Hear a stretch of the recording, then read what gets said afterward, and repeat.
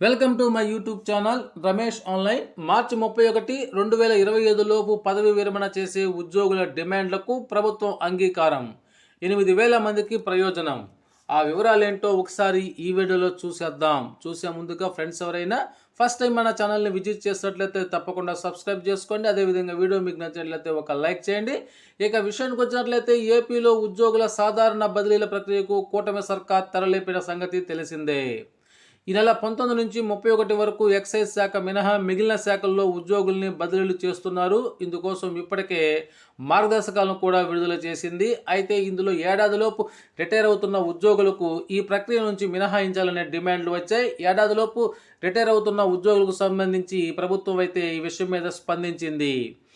ఏడాదిలోపు రిటైర్ అవుతున్న ఉద్యోగులను బదిలీల నుంచి మినహాయిస్తూ ఇవాళ ఉత్తర్వులు జారీ చేశారు. ఈ విషయాన్ని అమరావతి జేఏసీ చైర్మన్ బొప్పరాజు వెంకటేశ్వర్లు వెల్లడించారు.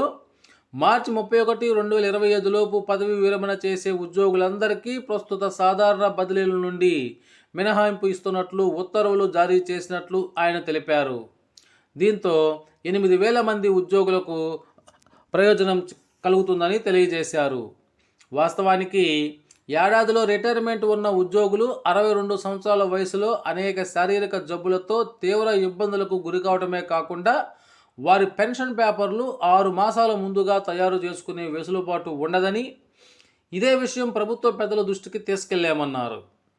అలాగే గతంలో కూడా అనేకసార్లు ఇలా మినహాయింపులు ఇచ్చినటువంటి విషయాన్ని కూడా గుర్తు చేశారు. దీంతో ప్రభుత్వం వారి వినతికి స్పందించి ఏడాదిలోపు రిటైర్మెంట్లో ఉన్నటువంటి ఉద్యోగులను ఈ బదిలీల నుంచి మినహాయిస్తున్నట్లయితే తెలిపారు. ఓకే ఫ్రెండ్స్, ఇది ఈనాటి సమాచారం. మీకు నచ్చినట్లయితే ఒక లైక్ చేయండి. Thank you.